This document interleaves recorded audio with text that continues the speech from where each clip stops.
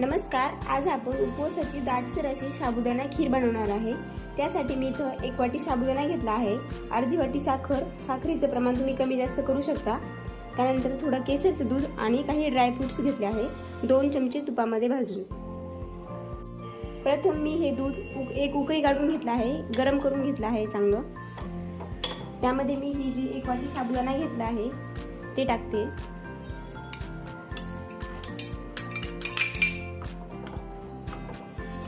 आणि 1 ते 2 मिनिट हे आपल्याला उकळून घ्यायचं आहे।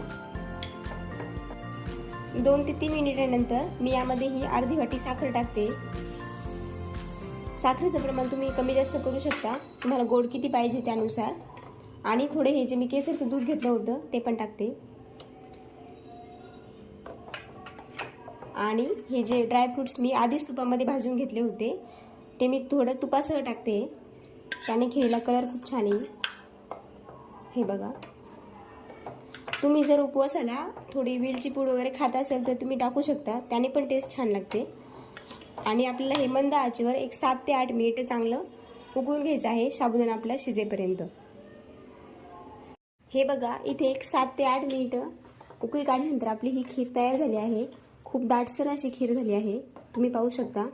कलर पण खूप मस्त आला आहे। एकदा ही रेसिपी नक्की ट्राय करा, खूप इझी आहे।